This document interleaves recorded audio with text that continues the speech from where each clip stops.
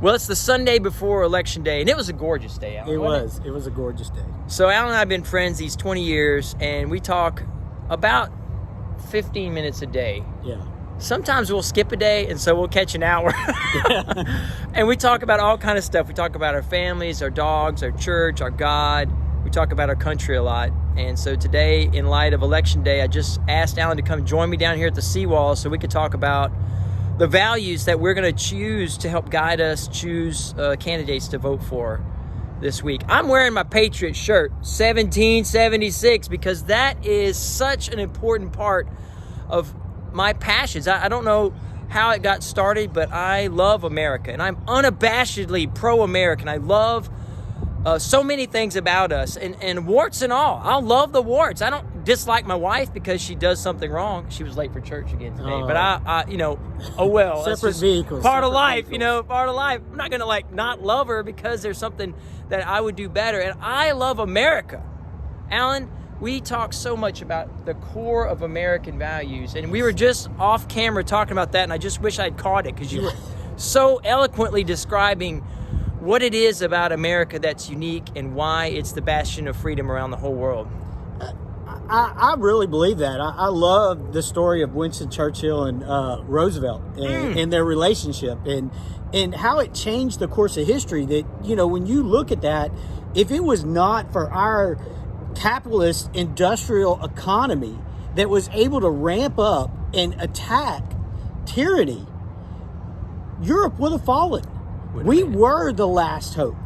And it just gives me so much pride to think that started way before even the Revolutionary War, that, John Locke, that people in America, we've lost our history. It's not just the history of America, it's the history before America. It was the idea that men were created equal.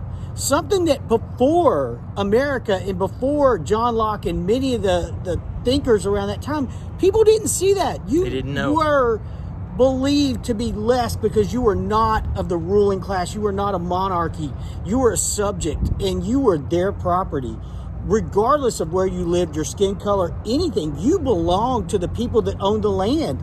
And the thoughts that started America, that the idea that we were created equal, not that we all end up equal, but we're created equal, and I love this country. I grew up as a poor person. I know poor, like a lot of people say they're poor, and I grew up poor. No, the fact that you grew up poor and you didn't have a new car or you didn't have the cool car, that's not poor. That's just your parents didn't have as much money as somebody else. I know what it's like to be poor, to be evicted from a house, to not know where I'm going to live tomorrow.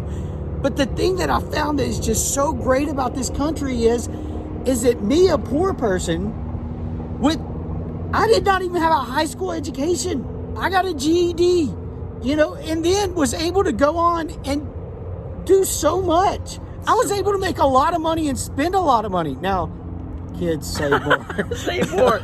But I really, it amazes me that a kid that grew up with so little, sometimes when I'm sitting there working in my shop and I'm looking at the tools I have, I just can't imagine my dad if he had access to that stuff. But I do, because he gave me a work ethic and made me believe that because I started poor didn't mean I had to stay poor, because I live in a country that allows me to move up out of the class that I started in, and that does not exist in the whole world.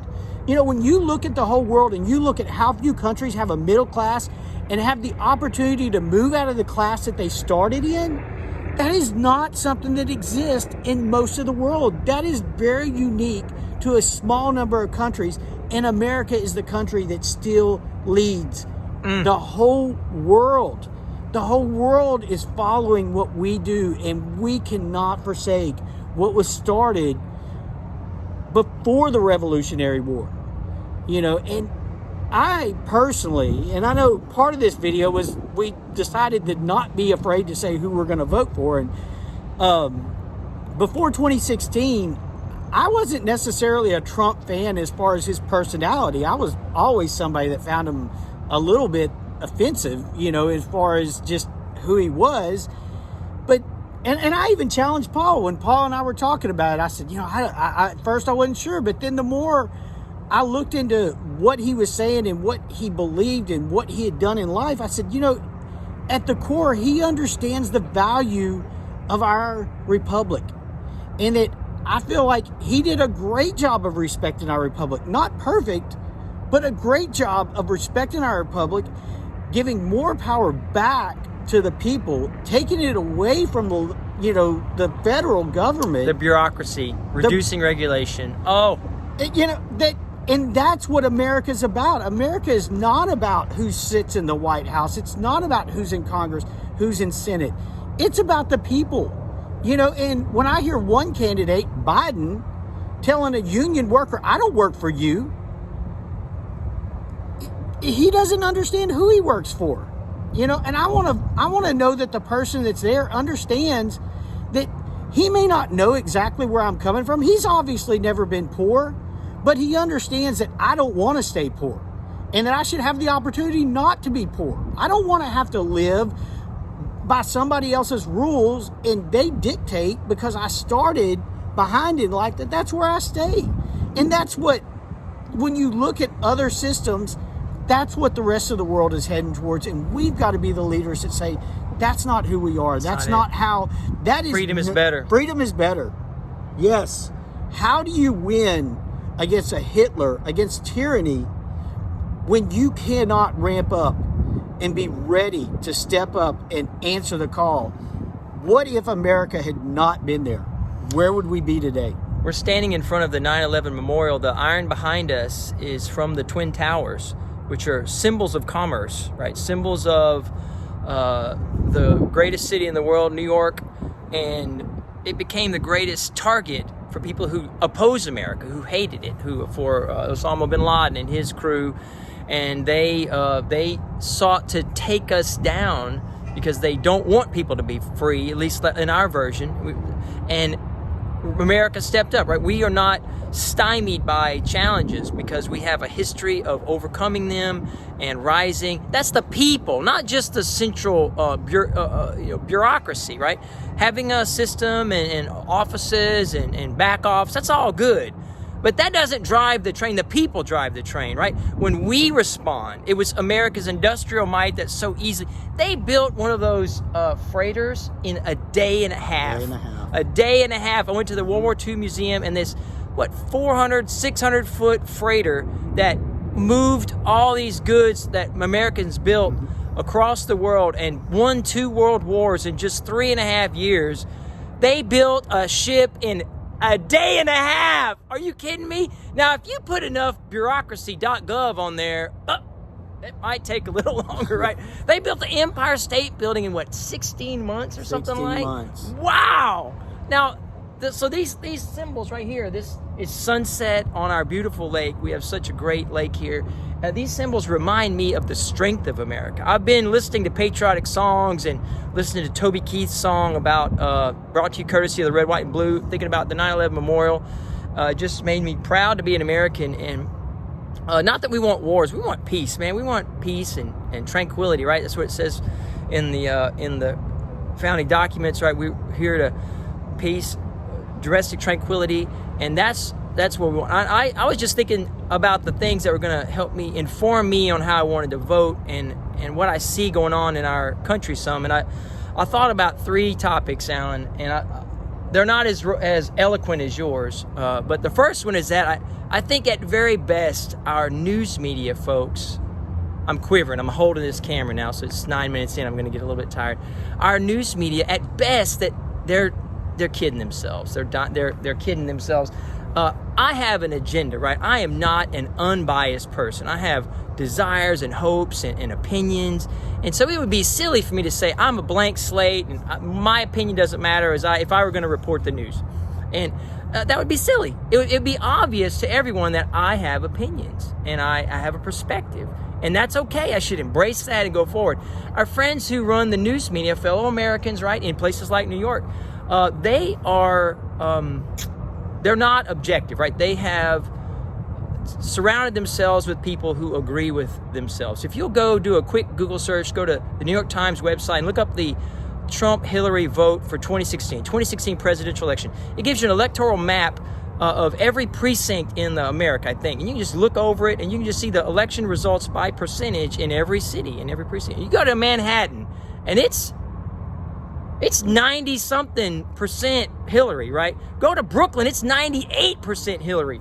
Go to city centers, right? Well, Washington, D.C. and Los Angeles, these centers where the media and the Silicon Valley types and the entertainment world, good for them, man. You have your opinions, but don't say that you're objective. And don't say that because you surrounded yourself with someone who's black, someone who's white, someone who's European descent, someone who's African descent, someone who's from Asian descent, and everyone has the same political philosophy that equals diversity. Diversity of skin color is not diversity of opinion, and the news media folks, at best, they are kidding themselves, and at worst, they're just flat out should be called. Their spending should be called political donations to the Democrat Party, right? You couldn't write CNN stories better if you were working for the Biden campaign, in my opinion. This really came to light when I went to New York City after Trump was elected. I took my wife on a birthday visit, so between Election Day and Inauguration Day, and we got the New York Times at our hotel every morning, and I read the front page, and every story, man, the political ones, the non-political ones, every story had a bash at Trump. And I just thought, the first day I thought, what a fluke. Every story had something bad to say about Trump. And then I looked, every day was the same. I just started paying attention. One day there was a man in Milwaukee who's a black fella, Trump supporter, and he was murdered on his front porch. I should have memorized his name. And it was just heartbreaking, right? Heartbreaking. And so I go and I look at CNN, and they didn't have a reference to the story. I print screened it. Went to the New York Times, no reference to the story. It's a black man in his 60s, murdered on his front porch a few months ago, right?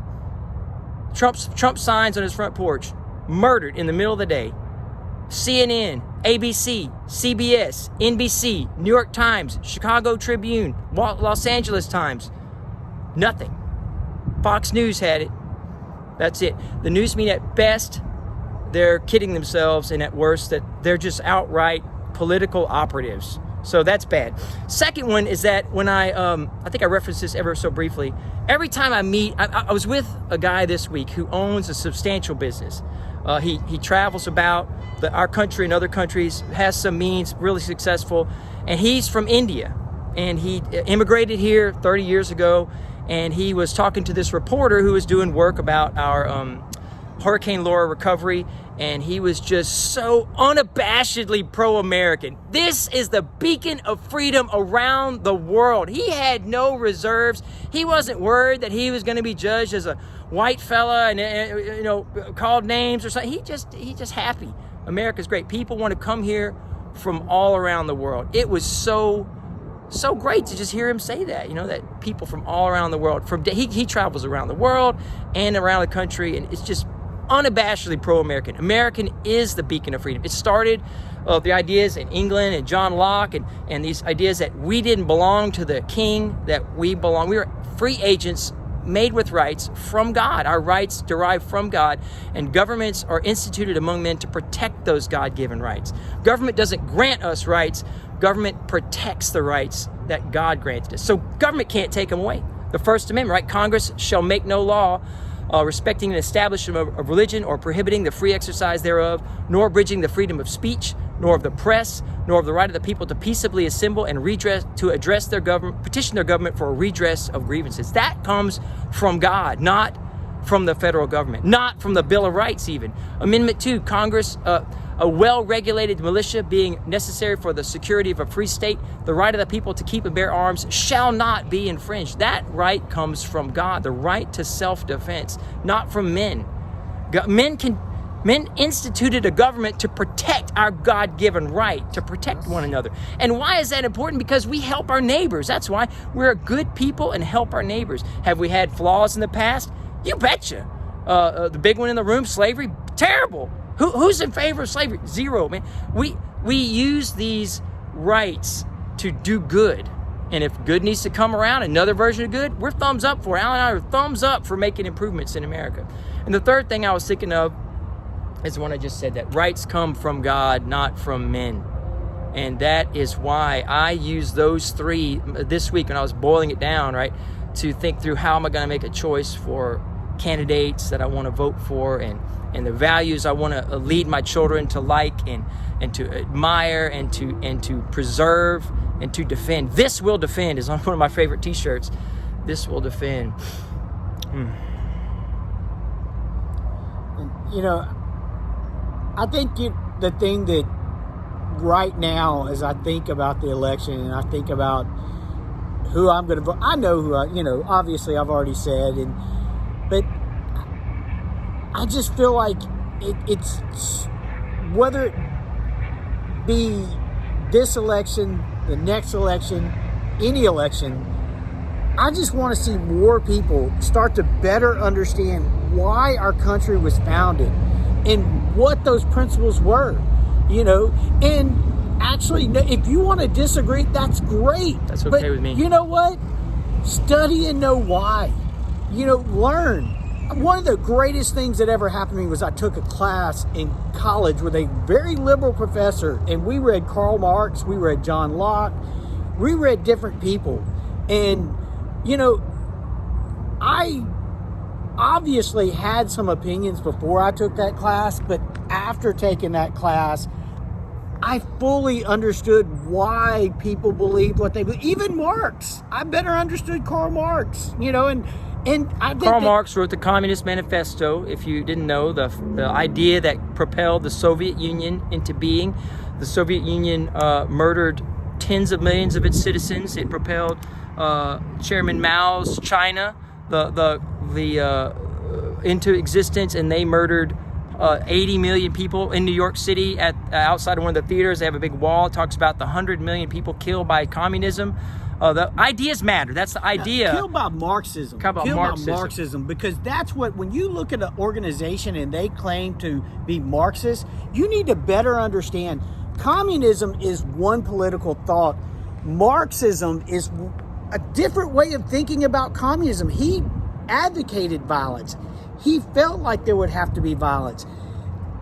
If you want to change the system, and you're going to sit there and say that killing 100 million people is acceptable, well, understand that's Marxism, and if you're okay with that, be honest about it. I mean, okay, that's your opinion, I'm not trying to make light of it. I'm being serious. People understand what you believe, understand why you believe it. I am 100% free market capitalist. I know that it's not free market perfect. capital means you get to make choices. And your individual choices to buy this and buy that and go here and open this and open that, your choices are what make the economy happen. Not someone in a back room who decided, hey, my friend's kid needs to run the auto shop, not you.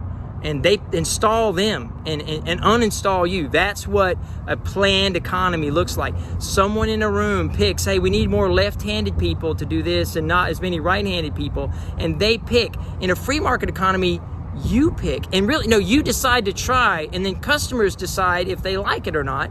And then you grow or you don't, or you survive or you don't, or you adapt or you don't. And I think, learning about different ways of thinking. Milton Friedman, I've used his line many times. I'm going to use it again. Capitalism is the worst economic system except for all the others. Everything's messy, right? People are messy. We're messy. We don't do right because we are evil at our core. It is God that makes us good. We don't, only in Christ are we only good. In that are we good. We will mess things up, and we need to realize that having a system, regardless, it's going to be messy, but pick the one that gives people the most opportunity. Yes. Not that it's perfect, but it does give the most opportunity. It gives people the chance to go from being poor to being rich. And that doesn't mean that everybody succeeds. My daddy went broke in his 60s, man. It's rough sledding. And that, at the same time, though, why do you work 80 hours a week? Because you saw that. And you learn from that. Your dad didn't hide that from you. Your dad was honest. He was a hard worker. Yep. And you saw the pitfalls. And you saw, the opportunities. And he's shared with you so that you could do better. And in this country, you can do better. Yes. That's the beauty of America. And for me, I'm going to vote for candidates that are going to protect that right, that are more worried about that right, because I know that right in the individualism of America gives us all so much opportunity to succeed that we don't have in other countries, and that we should never want to give that up and settle for something less just for a little bit of temporary security, because that's all it is temporary security. When you say temporary security, what do you mean? I mean, what would temporary security mean? What's the context today? Fill it in. The context today is sitting there saying, well, I'm going to get free health care. One, think about this.